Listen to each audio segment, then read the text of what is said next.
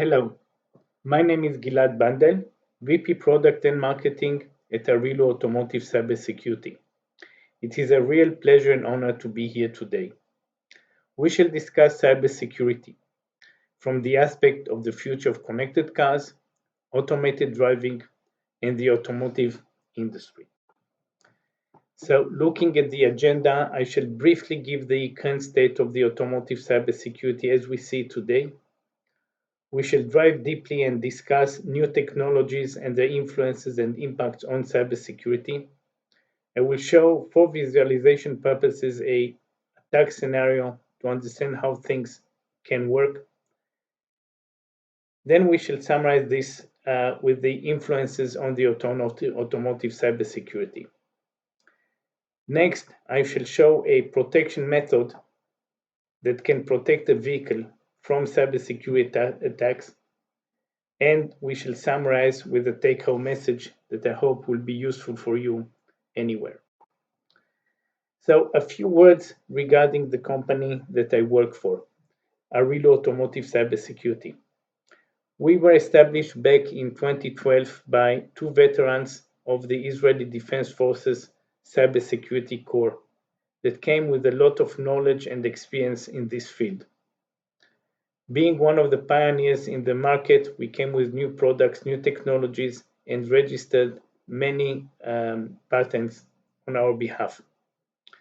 In 2016, the company achievement was acknowledged by a large global automotive software supplier, NNG, that acquired the company. So today we are an independent and proud member of the NNG group. Let's look at the offering and portfolio that we have. Our major product line is the Sentinel product line, which is a firewall and intrusion detection, intrusion prevention, IDS, IPS for the automotive industry. The flagship is the Sentinel ETH, which is an IDS, IPS for the new and emerging network technology, the automotive Ethernet. The Sentinel CAN is an IDS and IPS for CAN bus and also for the SAE J1939 used in commercial vehicles. In addition, we offer more products and services such as Secure Boot for ECUs and consulting for compliance for the ISO SAE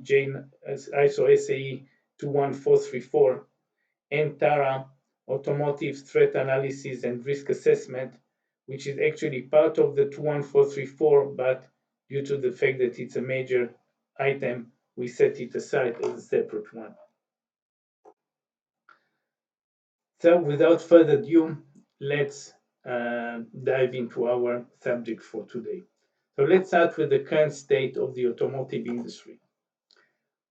We can see two factors that are influencing the market today. First one is the migration from CAN bus to automotive Ethernet. So CAN bus was designed back in the 80s of the previous century. Automotive Ethernet is new, fast, flexible, long messages, many goodies. Excellent network technology. It is the same network technology used in the IT, so it's very widespread in the world. On top of Ethernet, we have the IP, the Internet Protocol, which is common to all the Internet worldwide. And there are many protocols, generic protocols and automotive protocols. Generic protocols such as DHCP, ARP, automotive protocols such as SAM-IP, DOIP, and more. So the good news about it is that it's a widespread, well-known technology. The bad news about it is that hackers also know it. And it's not the CAN bus, which was very local and limited to the vehicles. Now it's something which is widespread, and hackers have a lot of information about it. Many public nodes, vulnerabilities, and exposures can be found on the internet. So there is a lot of access to things that can go wrong and can be used by hackers. Furthermore, there is a ready available arsenal of arms back on both on the internet and on the dark web, which are readily available to launch attacks. So hackers do not need to start from scratch.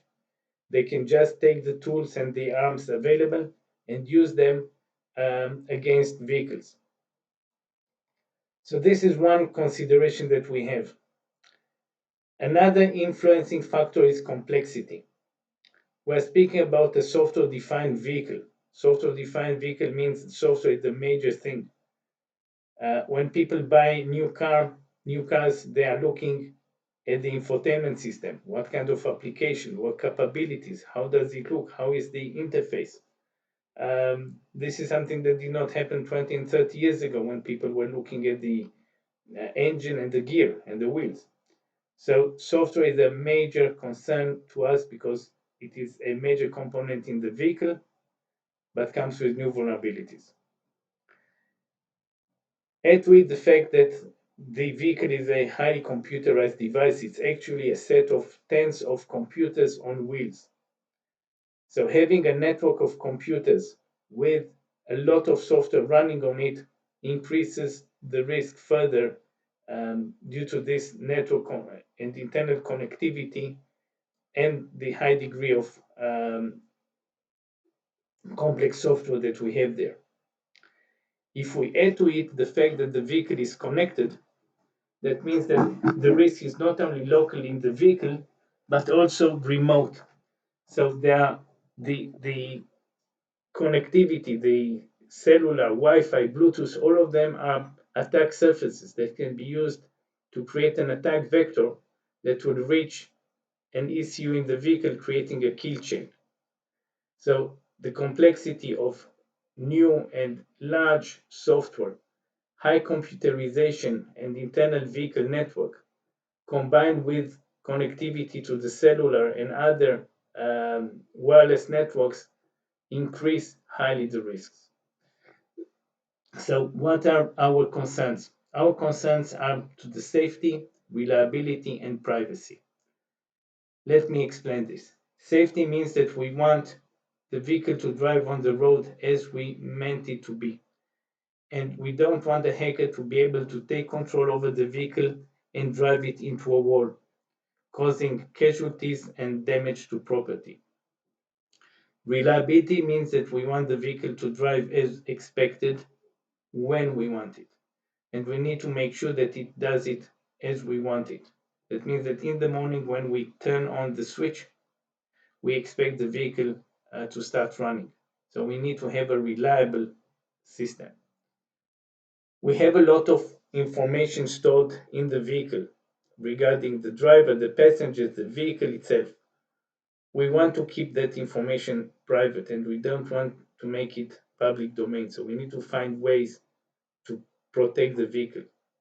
Add to it cooperative driving, shared vehicles in which every time another person is driving the vehicle and coming with its own private information, phone is connected to the car, Bluetooth.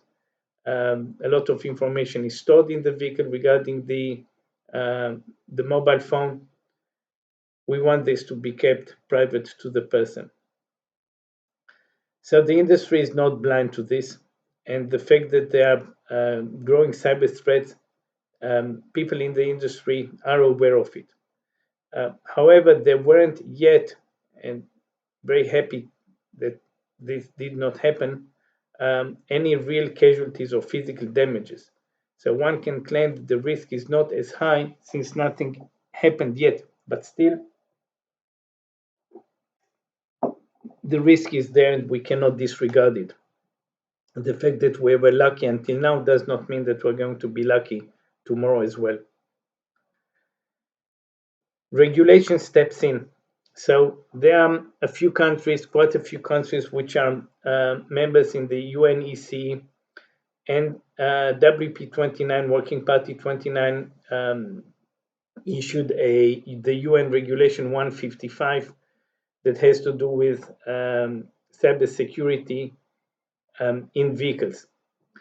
This regulation comes in force for new vehicle types as of mid of 2022 and for all vehicles manufactured as of 2024. So this is a good indication that the industry is moving into the cybersecurity protection, and this definitely is going to make a change in the industry. Let's look at those new technologies and their impact. So vehicles are connected. They are connected from the infotainment to the cellular, the telematics. You might have a dongle from your insurance company. This is the new emerging V2X, in which there is connectivity from the vehicle to other vehicles, inter-vehicle communication, vehicle to pedestrian, vehicle to the grid, vehicle to infrastructure, vehicle to the cloud, vehicle to whatever. So this is very exciting because you can do a lot of things, and the OEMs provide a lot of services based on those things. It increases the safety on the road, it improves the driving experience, but it comes at a price, and the price is cybersecurity threats. The current state is that in terms of cryptography and the infrastructure, it looks good. That means that the message can be authenticated to be originating from a trusted source or a known source. We can ensure the integrity of the message, that nobody tampered with it, and we can check the freshness and guarantee the freshness. That means that this is not a replay of a message from a few days back. The major threat here is the content. So a compromised device, a compromised vehicle might be able to inject rogue information into the network, and that can be spread all over. So we need, and I'm going to speak about it, how we relate to this thing of rogue data and compromised vehicles. We have the automated driving. Automated driving, that means that software is driving our vehicle. We are moving to autopilot mode. With layer 5, there isn't even a wheel in the vehicle. It's all by itself. So we entrust our life and our vehicle into software. Our driving experience is much better because we are not consumed by driving and handling the vehicle. However, the fact that we have software driving the vehicle might have some severe repercussion in case of a cyber attack. So automated driving is a lot of software, complex software, but it can be also susceptible to flaws that can result in exposures. So there are good news and bad news. Now let's combine the two goodies. We have a connected and autonomous vehicle. It's called CAV. So the combination is excellent because everything is connected. We receive information, we share information, we connect, but we're losing control of the vehicle because no human is controlling it, or there's less care about and less attention from the driver. So this is a multiplication case in which the risks just multiplies because we're combining both connectivity and automated driving. Moving ahead, we are moving to the CITS. That means Cooperative Driving Intelligent Transportation Systems. For example, we may have a platoon of vehicles, let's say 100 vehicles, which are driving one behind the other in tight formation on a road. This increases the safety, this increases the efficiency of the road usage. We should embrace this technology because it will bring a lot of value to our lives. However, we need to acknowledge the risks associated with this thing. For example, if I attack the first vehicle, let's say send a message of a roadblock which is not there, I'm not influencing only the first vehicle, I'm influencing the full platoon. So I can stop 100 vehicles in their tracks because I attacked one vehicle. So this is something that we need to be aware of. So this is an amplification effect of one attack. We just amplify it by propagating all along the platoon. The software to run a cooperative driving and intelligent transportation system is very complex. So it's not only that we are driving the vehicle now, we're also driving other vehicles and we're controlling and influencing other vehicles. So the attack scenarios are much more severe here. So we have both a autonomous vehicle, a connected vehicle, and cooperative driving, excellent new technology, risks associated that need to be understood. So this summarizes the new technologies that we have in the market. Let's look at an attack scenario that might occur just to visualize how things might happen. So this is an example. There are many other cases. I'm just using one, but you can imagine that the others might look alike. So we are looking now at a V2X connected to a cellular network. So this is a CV2X case of an attack scenario. And we're focusing on the OBU, the onboard unit, which is the interface for the V2X in the vehicle. So the architecture would be that there is a cloud or there is a hacker anywhere in the world. It has access through the internet to the cellular network connected to the vehicle. So in this case, we have the vehicle connected using a 5G network. In the vehicle, we have the OBU. The OBU is the onboard unit in charge of the V2X processing. The OBU is connected to the vehicle network. In this case, it's a canvas. So an attacker can send information or an attack through the OBU into the in-vehicle network attacking ECUs. So the most severe attack vector would be cellular, internet cellular OBU ECUs in the vehicle. And this is something that we need to protect against. There are many other attack scenarios that we do not discuss them today, but this was just one to give you an idea how an attack vector would look like and which attack surfaces we're going to use in this case. But keep in mind, many more cases. Let's look at the influences of all those new technologies and the associated cybersecurity threats on the industry. So as we saw, the industry is striving to provide new driving experience, new functionality, improve the safety of the road using software and using communication. Excellent idea. This is the way it should happen. This innovation comes with a price tag, and the price tag is the elevated cybersecurity risks.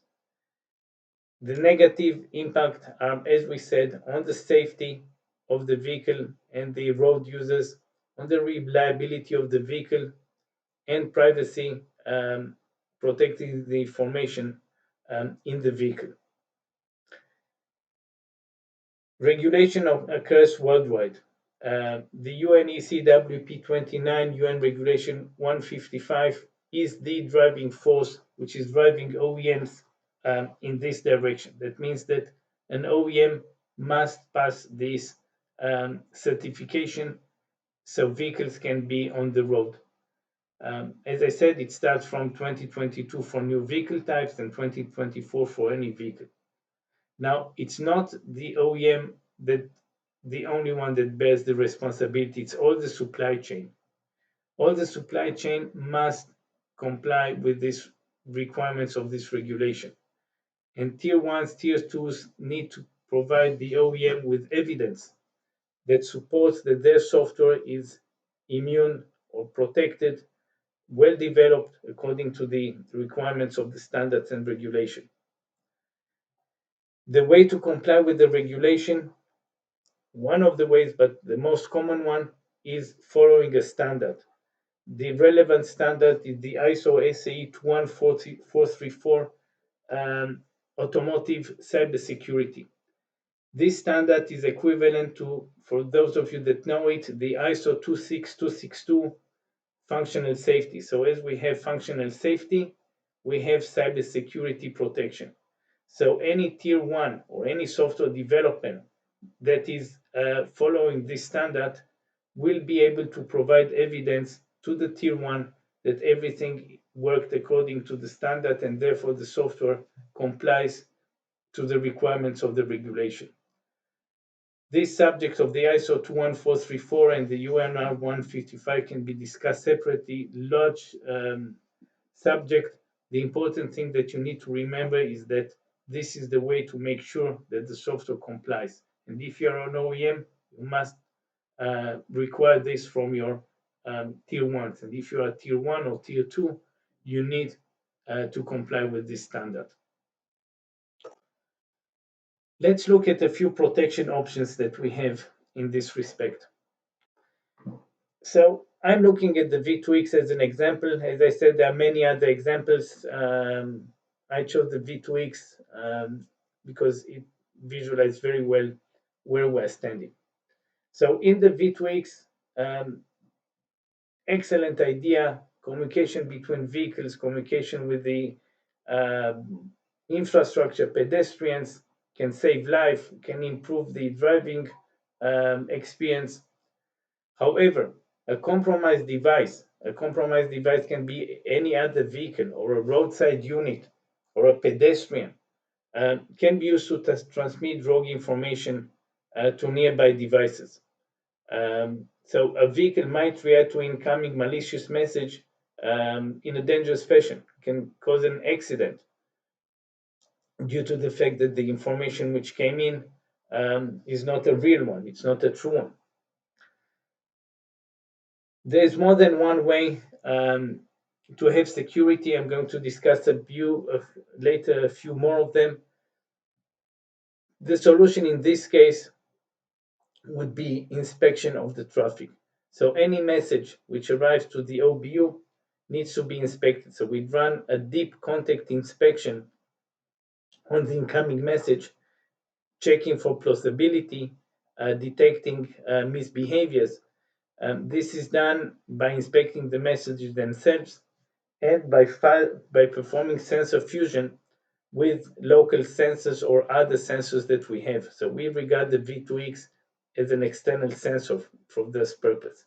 And if indication from these external sensors do not correlate with the indication that we have from our own sensors, we not necessarily trust the incoming message. So we need to perform here sensor fusion. Any rogue message which is detected is reported and can be discarded. This is the question if we work in a detection mode or prevention mode. The OEM needs to decide whether we actively protect the vehicle or we just report detected anomalies and cybersecurity events. Let's look a bit deeper on how this thing looks like. An incoming message would come into the OBU from the cellular network or from the DSRC.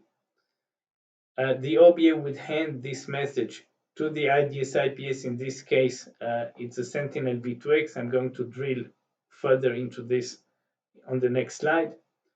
Here we perform this inspection, and if we detect any anomaly, any security event, then we are able to report it. If the message is okay, it is returned to the OBM for the further processing and conveying it into the vehicle. So this is the way we perform the inspection. If we are working in a IDS mode, that means passive, non-intrusive, all messages go through and we do not influence the traffic. Need to keep in mind that the automotive industry is very conservative and is afraid of influencing traffic. If we are working in an IPS mode, that means intrusive mode, we can drop messages. So any message which does not make sense is being dropped and it will not be handled and conveyed further into the vehicle with the risk of creating damages. So this is the reason why we can drop messages.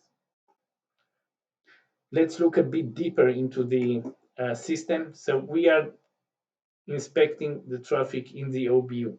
The OBU is connected on two sides. First of all, on the cellular side and on the in-vehicle network on the other side. In this case, it's a CAN bus. It can be also automotive Ethernet, but here we show a CAN bus. The most severe case is the incoming traffic, which comes from the cloud through the cellular network into the OBU. The first layer of protection, and I'm going to speak about multi-layer protection, is the Sentinel cell, which is protecting the cellular traffic, inspecting it. It goes further into the OBU, and then we can have a second layer of protection, which is Sentinel CAN, which is protecting the outgoing CAN bus traffic. So we have here two layers of protection, first on the cellular level, then on the CAN bus level. We can also, as we are already at it, protect the OBU from incoming messages from the CAN bus, so we can work both ways for incoming and outgoing messages as well. So this is an idea of how an OBU can be protected. Let's go to the most important slide, take-home messages. So I'm going to spend a few minutes here. Cybersecurity needs to be addressed from day zero. This is not something that you add on at the end of the day, at the end of the production. This is something that needs to be in your mind from the day that you start to design anything. We spoke once about SDLC, Software Development Lifecycle. Today the terminology is SSDLC. The first S stands for secure, so it's Secure Software Development Lifecycle. It applies to networks. For example, if you're doing a network design, you need to segregate the network from day zero, set a zone which is a secure zone, set another zone which is a connected zone, less secure zone, and place the right security measures between the secured and the non-secured zone to prevent attacks propagating from one side of the vehicle to another. We see the regulation as the major force now. It is driving the industry into taking a responsible approach, and keep in mind that it's not only about regulation. You don't work only by the laws, you work by creating local awareness among employees, among management regarding the importance of cybersecurity. As I showed in the previous slide, you cannot have one layer of security. You need to go into a defense in depth approach by having multiple layers, because any layer might be breached. Therefore, we have a second and third layer. So if the first layer is breached, there are still other security measures along the way that can be used to protect the vehicle. The organization needs to have a cybersecurity culture in it. It's part of the standard, it's part of the concept today. You need to run drills, trainings, workshops with employees to understand cybersecurity. Both the software and the hardware, but today we spoke mainly on the software, needs to be developed and tested for cybersecurity in addition to functional safety. So it's two things that you need to make sure that you have: the function safety and the cybersecurity safety. On the cybersecurity, for example, you can perform a vulnerability assessment on the code, penetration testing. There are many ways to test the system. And when you develop it, you need to develop according to standards such as ASPICE, which dictates how software should be developed. We propose that you have one dedicated, devoted, and independent component in the system, namely the firewall or the IDS IPS, to oversee the whole vehicle. Yes, you have software secured. Yes, you did a lot of things, but you need to have someone which is doing only cybersecurity, and this is the IDS or IPS. Use professional companies to guide you along the process. This is a complex one, not simple, so you need to take some professionals along the way. Please visit our website at ariloutech.com. You can find there a lot of content we post there, articles, white papers, videos, a lot of valuable content that you can use. So please visit our website.